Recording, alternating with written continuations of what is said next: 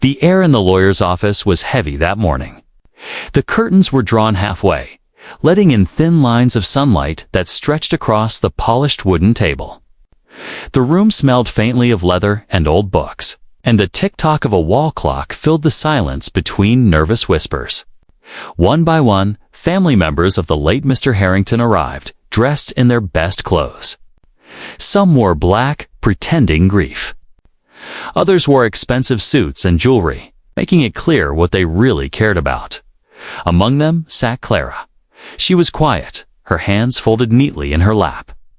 Her dress was plain, not designer or fancy, just something clean and simple. She kept her head low, but her presence did not go unnoticed. From the moment she walked in, whispers spread across the room. "What's she doing here?" One woman muttered under her breath. "She doesn't belong," another added, her lips curling into a smirk. "Probably came hoping for money." A man chuckled, loud enough for Clara to hear. Clara didn't answer. She wasn't there to argue. She had known Mr. Harrington in a way most of these people hadn't, while they were busy living in luxury. She had been there when he needed someone. She had fetched his medicines, sat by him when his health failed, and listened when he spoke of loneliness. She had shown him kindness, nothing more, nothing less. That was her reason for being there. But to the family, she was nothing but an outsider, simple woman who dared to sit among them, the lawyer. Mr. Gray moved around the office, organizing papers and preparing the official documents. His face was serious, giving nothing away. The family members shifted impatiently, whispering about who would get the mansion, who would get the businesses, who would get the cars. Some smiled greedily, already imagining the wealth in their hands. Clara sat silently, her heart beating fast. She wasn't there for wealth. In fact, she expected nothing. To her, this was about respect for the man who had once treated her like family when no one else did. She thought perhaps his will might mention her, perhaps a thank you in words, but she never dreamed of more. The room grew tense as more relatives arrived. Cousins, nieces, nephews, some who hadn't visited Mr. Harrington in years, now filled the chairs, their eyes sharp and watchful. One of them, a tall man with slicked back hair, glanced at Clara and smirked. "Strange to see you here," he said, in a mocking tone. "Didn't know you were family." Clara looked at him calmly and replied softly, "I'm here because Mr. Harrington wanted me here." Her words only made him laugh louder. "We'll see about that." The laughter spread, though not everyone joined in. A few relatives looked at Clara with curiosity, wondering why the lawyer hadn't asked her to leave. Perhaps there was more to her story than they knew. But most of them dismissed her, convinced she was nothing more than a servant, or maybe some distant acquaintance who would soon be embarrassed. Mr. Gray finally cleared his throat, calling the room to order. The murmurs died down and all eyes turned toward him. "Ladies and gentlemen," he said, his voice calm but commanding, "we are here today to read the last will and testament of Mr. Edward Harrington. As executor of his estate, I will ensure his final wishes are carried out exactly as he instructed." The room shifted uneasily. Some leaned forward, eager to hear their names called. Others sat back, pretending not to care, though their eyes betrayed their hunger. Clara took a deep breath, steadying herself. The tension pressed against her chest. But she reminded herself why she was there, not for money, not for inheritance, but for closure. She wanted to honor the man who had once told her, "Kindness matters more than anything else." Still, the stares burned into her. She could feel the weight of judgment from every corner of the room. To them, she was a nobody, someone out of place in a gathering of important people. But Clara didn't flinch. She sat quietly, waiting, holding on to the memory of the kindness she had given and the kindness she had received in return. As Mr. Gray adjusted his glasses and opened the thick folder of documents, a hush fell across the office. The whispers stopped, the laughter faded, and the greedy smiles hardened into serious expressions. Everyone leaned in, ready to hear who would take the lion's share of Edward Harrington's fortune. Clara's heart beat louder with each tick of the clock.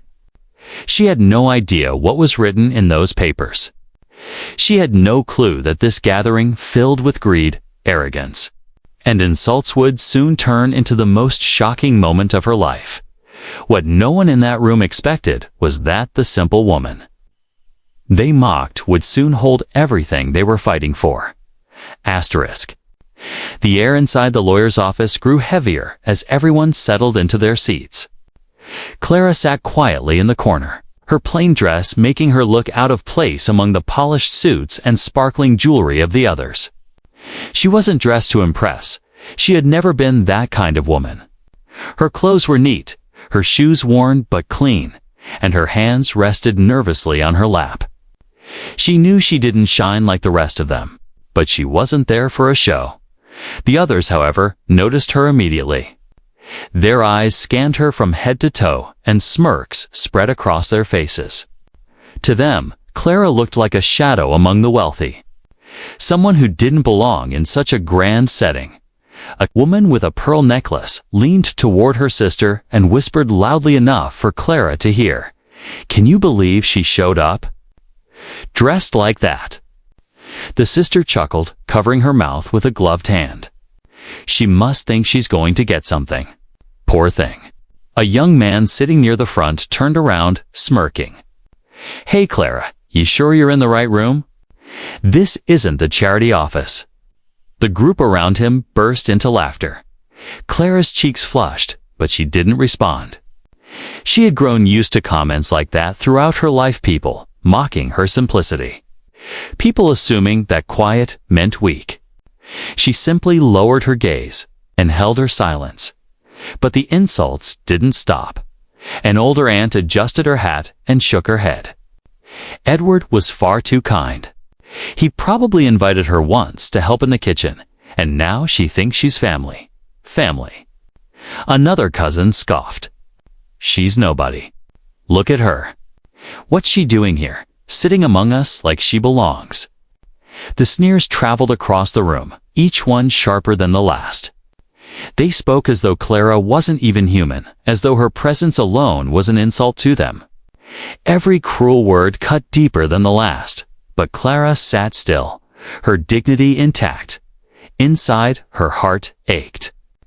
She remembered the countless times she had helped Mr. Harrington when no one else came. She remembered the evenings she spent by his bedside, bringing him soup when his health was failing, or reading to him when his eyes grew too tired. She remembered how he would smile at her and say, "Clara, you have more kindness than this whole house combined." Those memories steadied her. She knew she belonged there not because of wealth or status, but because Mr. Harrington himself had wanted her there. But the family didn't see that. To them, she was invisible, worthless. Someone to laugh at while they sharpened their claws for the inheritance they believed was theirs. One man leaned back in his chair and muttered, "Watch, she'll probably get nothing but a thank you letter. Serves her right for trying." Another laughed and added, "She should be grateful if she even gets bus money to go home." The room roared with laughter again. Clara kept her eyes down, refusing to let tears show. She had walked into this room knowing they wouldn't welcome her. But the cruelty still stung. It was one thing to feel like an outsider. It was another to be treated like dirt by people who didn't know the meaning of kindness. The lawyer, Mr. Gray, entered at that moment, carrying the sealed envelope with the will. The room quieted, but only slightly. The mocking glances didn't stop. They shot looks at Clara, snickering under their breaths, as if the will reading was nothing but a performance meant to humiliate her further. Clara sat straighter, holding on to the memory of Mr. Harrington's warm smile, his kind voice, and his last words to her, "Promise me, Clara, no matter what, you'll be there." She had promised. And so she sat there, enduring the sneers and the insults, her heart pounding but her spirit unbroken. She didn't know what the will contained. She didn't know what fate had prepared for her. But she knew one thing with absolute certainties: she had nothing to be ashamed of. And as Mr. Gray cleared his throat and prepared to read, the family's mocking whispers faded into silence. They thought the game was theirs. They thought Clara was already defeated. What they didn't know was that everything they laughed at her for, the simplicity, the humility, the quiet dignity, was about to become the very reason they would regret every cruel word they had spoken. The sound of polished shoes clicking against the floor cut through the tension in the room. Mr. Gray, the family lawyer, entered with calm authority, carrying a thick folder of documents under his arm. His presence immediately changed the atmosphere. The laughter, the whispers, and the insults died down, replaced by a hush of expectation. Everyone straightened in their seats, adjusting their suits and jewelry as though trying to look more respectable in front of him. Clara sat still in her corner, her fingers clasped tightly together. She had endured the sneers and the mocking moments earlier. But now all eyes shifted away from her and toward the man who held the papers that would decide everything. Mr. Gray's sharp eyes scanned the room. He didn't miss much. He had seen the smirks, the greed in the relatives' faces, and the quiet dignity of the woman who sat alone. He walked to the head of the long table, placing the folder carefully on the polished wood. The click of the metal clasp echoed louder than it should have, as if announcing that secrets were about to be revealed. Slowly, he removed his glasses, wiped them with a cloth, and set them back on his face. Then he looked around the room. "Ladies and gentlemen," he began, his voice calm and steady, "we are gathered here today to read the last will and testament of Mr. Edward Harrington." At the mention of the name, the room shifted. Some relatives sighed dramatically, pretending grief. A few dabbed at their eyes with tissues, though everyone knew their tears were more for what they hoped to gain than for the man himself. Others leaned forward eagerly, like hunters waiting for the prey to appear. Mr. Gray continued, "As executor of his estate, it is my duty to carry out his final wishes exactly as he left them. I will remind you all, before we begin, that the will is legally binding. It reflects Mr. Harrington's decisions, not mine and not yours." He paused deliberately, letting his words sink in. A murmur rippled through the room. Some nodded impatiently, while others rolled their eyes, confident that the old man's decisions would naturally favor them. But Clara's heart thudded in her chest. She remembered Edward's voice so clearly, the way he would say, "Clara, money changes people, but kindness, real kindness, never dies." She wondered if those words would somehow be reflected in the papers sitting on the desk before them. Mr. Gray adjusted his glasses again. His tone grew sharper, more formal. "Before we proceed, I must stress one thing. This reading is not a negotiation. It is not a debate. Whatever is written here will stand. Interruptions or disputes will not change the outcome." A cousin in the front row scoffed, muttering under his breath, "We'll see about that." Mr. Gray's eyes flicked toward him, and the man quickly fell silent. The lawyer was not one to be trifled with. He had overseen many will readings, and he had seen the best and worst of human nature spill out in rooms just like this. Greed could twist even family into enemies. But the law was stronger than greed. "Now," he said, opening the folder at last, "let us begin." The sound of the papers rustling was louder than usual, every page carrying the weight of anticipation. The relatives leaned forward, eyes sharp, breaths held. They were waiting for their names, waiting for promises of wealth, of land, of jewelry, of businesses. Some already imagined how they would spend it, their thoughts far ahead of the moment. Clara sat quietly, her gaze on the table. She wasn't waiting for riches. In her heart, she believed she might not even be mentioned. Perhaps a kind word, perhaps nothing at all. But even so, she was there because Edward had wanted her there. And that meant more than money ever could. Mr. Gray cleared his throat once more. Mr. Harrington left specific instructions that this reading be carried out with every person present who he named. That includes all family members and one non-relative. The relatives shifted uncomfortably. Their eyes darted toward Clara like knives.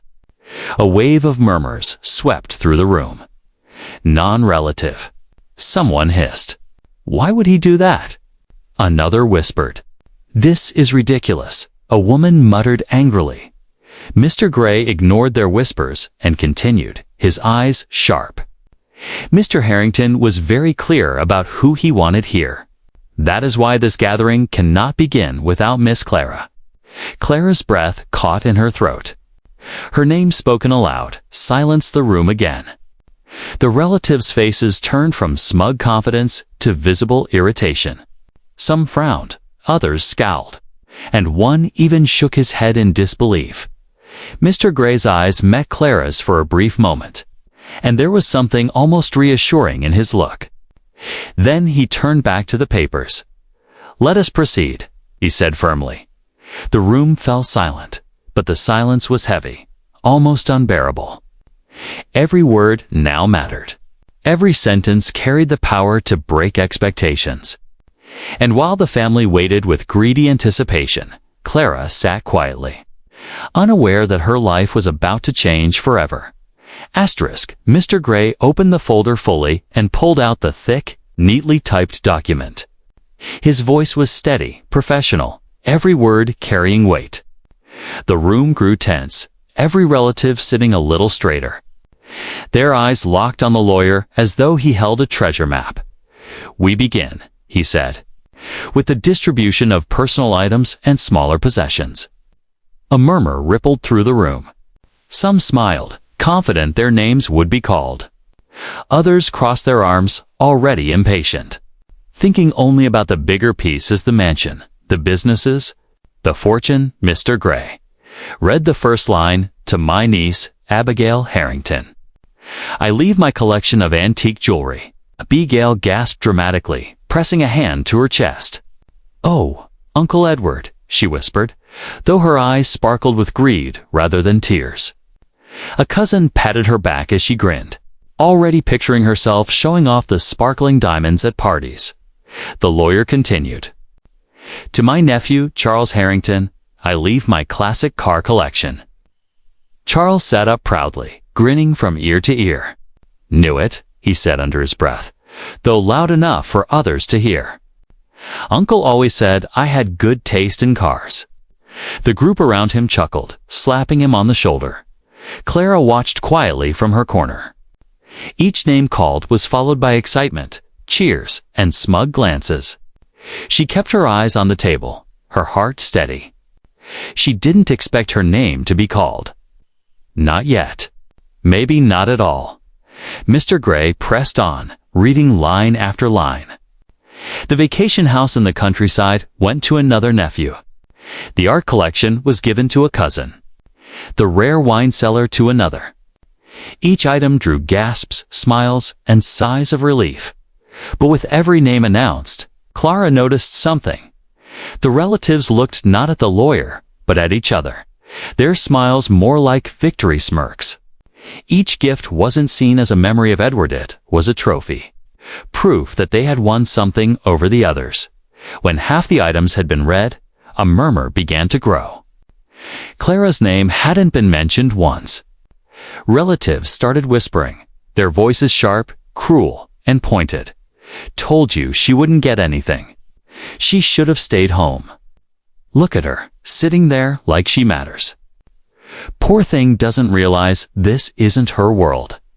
A cousin leaned back in his chair and said louder than necessary, "Mr. Gray, don't bother reading her name. She's not even blood." Laughter erupted from one side of the table. Clara's chest tightened, but she kept her face calm. She reminded herself of Mr. Harrington's words. Dignity. "Clara, never let them steal that from you." She took a quiet breath and stayed silent, refusing to give them the reaction they wanted. Mr. Gray looked up sharply, his eyes narrowing. "This will is not a game," he said firmly. "I will finish reading every word. You will all remain silent." His tone cut through the laughter like a blade, silencing the room. Still, the smirks remained. They were certain Clara's presence was a mistake. To them, this was only a formality. Mr. Gray continued reading. Piece by piece, Edward's smaller possessions were distributed. Paintings, heirlooms, furniture, even books. The family members nodded greedily as their names echoed in the room. Clara's name remained unspoken. By now, the relatives were openly smirking at her. "See?" one whispered. "She gets nothing." Another chuckled. "She probably thought she was in the will. Poor fool." Clara's hands tightened around her dress under the table. The humiliation stung, but she held her ground. She knew Edward. She remembered his kind smile, his gentle laugh, the way he had spoken to her with respect when no one else did. Whatever the will contained, she trusted that he had meant for her to be there. Finally, Mr. Gray reached the last pages. He paused, adjusted his glasses, and looked up. That concludes the distribution of smaller possessions.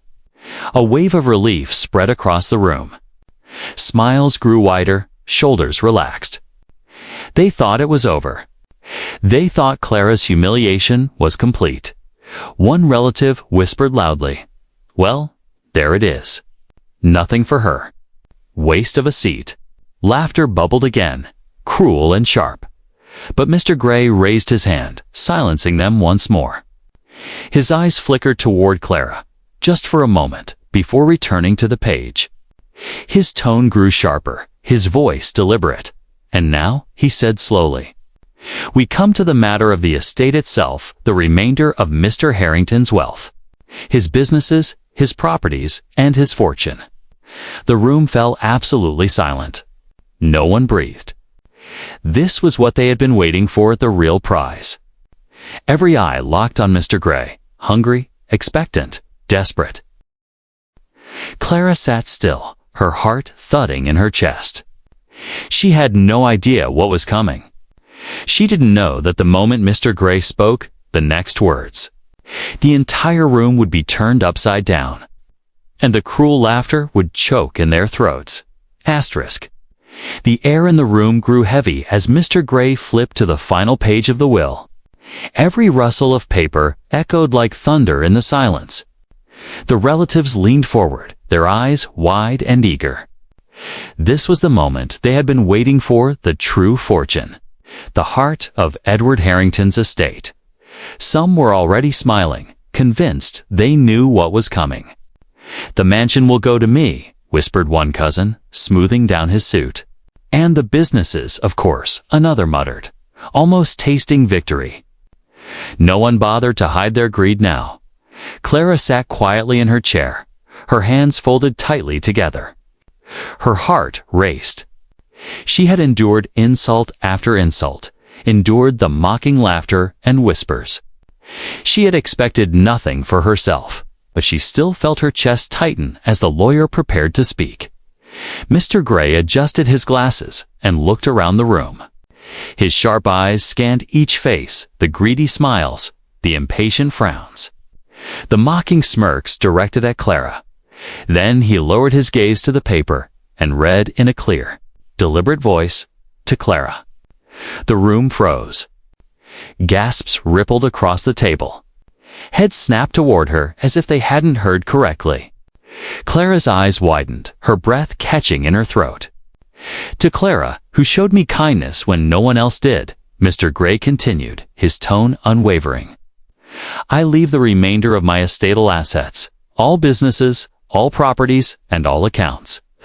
Everything I own shall belong to her." For a heartbeat, there was silence. Pure, stunned silence. It was as though the air had been sucked out of the room. The greedy smiles vanished instantly, replaced by slack jaws and wide, disbelieving eyes. Then, chaos erupted. "What?" Abigail shrieked, her pearl necklace rattling as she clutched at it. This must be a mistake. Charles slammed his hand on the table, his face red. Impossible. Uncle would never do that. The car's fine, but everything. To her, she's not even family. Murmurs turned into shouts. This is outrageous. She doesn't deserve it. We should contest this. But Mr. Gray raised his hand calmly, his voice slicing through the uproar. This is no mistake. These were Mr. Harrington's explicit wishes, written, signed, and sealed in my presence. His instructions are legally binding. The room fell into a storm of disbelief. Relatives argued, cursed, and pointed fingers. Some turned on Clara directly, their eyes blazing with jealousy and anger. You. One cousin spat, rising from his chair. What did you do to him? Did you trick him? Did you sit down? Mr. Gray interrupted sharply. His tone was firm, leaving no room for argument. This will was prepared long before any of you imagined it. Mr. Harrington made his choice because of Clara's kindness, not trickery. Clara sat frozen, her mind spinning. She hadn't come here expecting this. She hadn't dreamed of fortunes or mansions or riches. All she had wanted was to honor the man who had once called her a true friend. Now, every eye in the room burned into her, some filled with fury, others with shame. The same people who had mocked her moments ago now looked at her with disbelief. The same voices that laughed at her simplicity were now silenced by the truth. Mr. Gray closed the folder and spoke once more. Edward Harrington believed that wealth should go to those who value people over possessions. He made it very clear Clara was the only one who showed him genuine kindness in his final years. While others were absent, she was present. While others demanded, she gave. That is why everything now belongs to her. Clara's eyes welled with tears. She pressed a trembling hand to her lips, struggling to take in the enormity of it all. It wasn't the money that moved, it was the recognition. The proof that her kindness had mattered, that it had been seen. The relatives, however, could not bear it. Some stormed out, slamming the door behind them. Others sat in stunned silence, too shocked to move. A few hung their heads, regret flickering across their faces as they realized how cruel they had been to the very woman their uncle had valued most. Through it all, Clara sat quietly, her dignity shining brighter than ever. She hadn't fought for wealth. She hadn't argued or shouted. She had simply been herself, a woman of humility, kindness, and quiet strength. Now, the very thing they mocked her for was the reason she inherited everything, and as the dust settled, one truth stood above all others. Greed had lost. And kindness had one asterisk. The silence after the shocking reveal did not last long. Within seconds, the room exploded with noise. This is outrageous.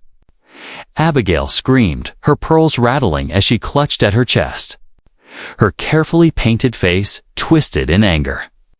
How can she inherit everything? She isn't even blood. Charles slammed his fist on the table so hard the glasses of water trembled. Uncle Edward was confused. He must have been tricked. That can't be real. His face flushed red, his voice echoing through the office. Others chimed in, voices overlapping in a storm of greed and disbelief. She doesn't deserve a penny. She was just some helper, some nobody. Contest this. We must fight it in court. Clara sat still in her chair, her heart pounding. Their words were sharp, cruel, and filled with venom, but she didn't flinch. She had already endured their sneers and insults. This was just more of the same, except now it carried a bitter edge, the sting of envy. Mr. Gray remained calm, his expression stern as he lifted his hand. Enough, he said firmly.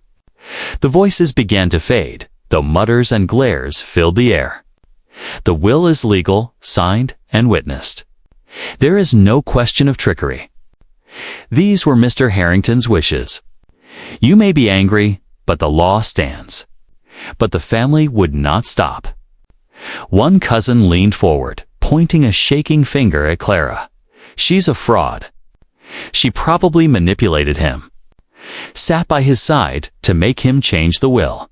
Admit it." Clara finally lifted her gaze, her eyes steady. Her voice was soft, but it cut through the chaos like a blade. "I never asked for anything. I never expected anything. All I ever gave him was kindness. And kindness doesn't demand rewards." The room fell quiet for a moment. Some relatives looked away, ashamed, while others clenched their fists, unwilling to admit the truth. Memories stirred in a few of them times when they had ignored Edward's calls, skipped visits, or argued with him over money. Deep down, they knew Clara was right. She had been there when they had not. But pride kept their mouths sealed. Mrs. Whitman, an older relative with gray hair, finally sighed. "She's right," she whispered, her voice trembling. "Edward always said kindness meant more to him than money. We never listened." Her eyes grew wet, regret shining in them. But her words only fueled others' anger. "Stop defending her," shouted Charles. "We're his family. It should have stayed in the bloodline." Mr. Gray shook his head. "Family is not only about blood," he said firmly. Mr. Harrington understood that better than anyone. "Clara gave him loyalty, care, and dignity when many of you gave him nothing but distance and demands." The words hit hard. Some relatives looked down at the table, unable to meet Clara's eyes. The weight of guilt pressed on them, though few were willing to admit it. Clara's heart ached as she looked around. She had never wanted to be the cause of anger or division. Wealth had never been her goal. Yet here she was, the target of their fury, because Edward had chosen to honor her kindness. Slowly, she rose from her chair. Her voice was gentle, steady, and filled with quiet power. "I don't need your approval. I don't need your acceptance. Mr. Harrington knew who I was, and he trusted me. That is enough for me." The room went silent again. For once, her words outshone their shouting. Her dignity, her calmness, made their anger look small. Some relatives shifted uncomfortably. They remembered how they had laughed at her when she entered, how they had mocked her clothes, her simplicity, her very presence. Now all of that mockery seemed foolish, petty, even shameful. Abigail covered her face with her hands, whispering, "What have we done?" The pearls around her neck suddenly felt heavy, so they carried the weight of her greed. Others, though, stormed out angrily, slamming the door behind them. Their pride would not let them admit defeat. They would rather drown in bitterness than face the truth. But in the silence that followed, Clara stood taller. She had not shouted.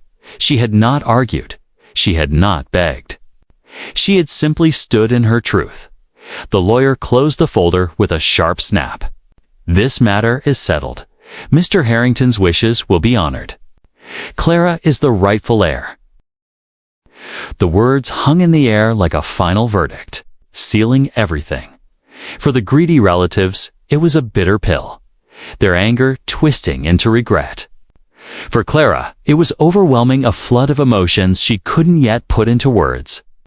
She hadn't won by fighting. She had won by being herself, and as she gathered her things, preparing to leave, one thought filled her mind.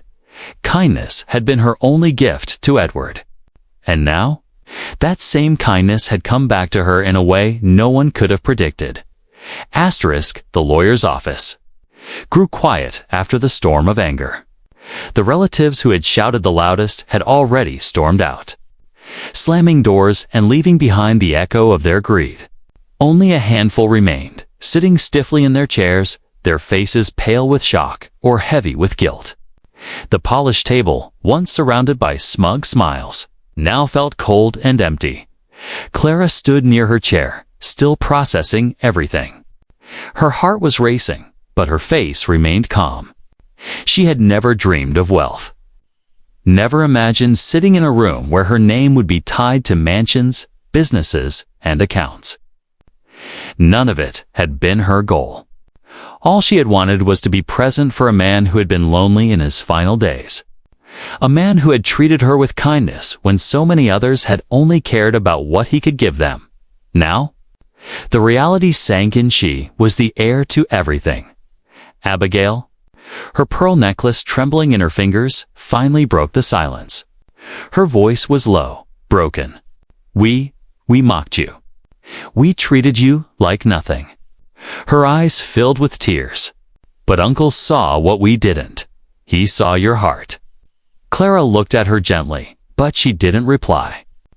Forgiveness, she knew, would take time. Words couldn't erase the pain of being laughed at, dismissed, and insulted. Still, seeing regret in Abigail's eyes told her that at least one person had learned something. Charles, red-faced and bitter, stood with his fists clenched. "This isn't over," he muttered. "It can't be." But even he knew, deep inside, that the lawyer's words were final. His anger couldn't change what was written. And as he stormed out, the slam of the door sounded less like victory and more like defeat. "Mr. Gray." The lawyer gathered his papers and spoke once more. His voice was calm, but it carried weight. Mr. Harrington wanted this moment to teach something. He believed wealth was not a reward for bloodlines, but for character. He believed kindness is more valuable than jewels, more lasting than mansions. That is why he chose Clara. This inheritance is not just about property, it is about a lesson he wanted all of you to carry forward. The words lingered in the air. The few relatives left lowered their heads, shame creeping across their faces. They had spent years circling Edward like vultures, waiting for him to pass so they could divide his fortune. And in the end, everything had gone to the one person they had ignored. Mocked and underestimated, Clara slowly gathered her bag, her hands trembling slightly. The weight of what had happened pressed down on her, but not as a burden, more like a truth too big to hold all at once. She looked around the room at the faces of people who had treated her with cruelty and said softly, "Mr. Harrington once told me that real wealth isn't measured in money, but in how you treat people. I didn't understand it fully then. I do now." No one responded. They couldn't. The lesson was too sharp, too clear, too undeniable. As Clara walked toward the door, she felt the eyes of the room on her. Not the mocking eyes she had seen when she entered, not the laughter that had stung her moments earlier.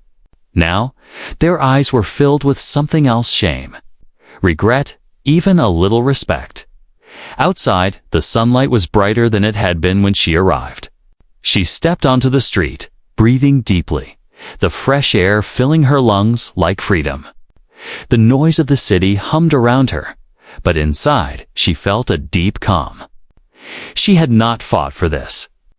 She had not demanded it. She had only lived with kindness, and kindness had carried her here. Behind her, in that polished office, the family sat in silence, each person wrestling with their own thoughts. They had mocked simplicity, and they had worshipped wealth.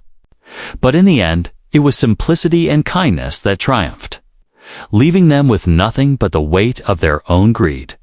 For Clara, inheritance was not just property, it was a responsibility. She knew she would honor Edward's memory not by living in luxury, but by using what he left her to help others, to spread the kindness that had brought her here. And so, the story of a simple woman became something greater, lesson etched into every heart that had witnessed it. Never underestimate someone because of how they look. Never mock humility, and never forget that kindness has more power than wealth, because in that room, where laughter once humiliated her, the truth had spoken louder than greed.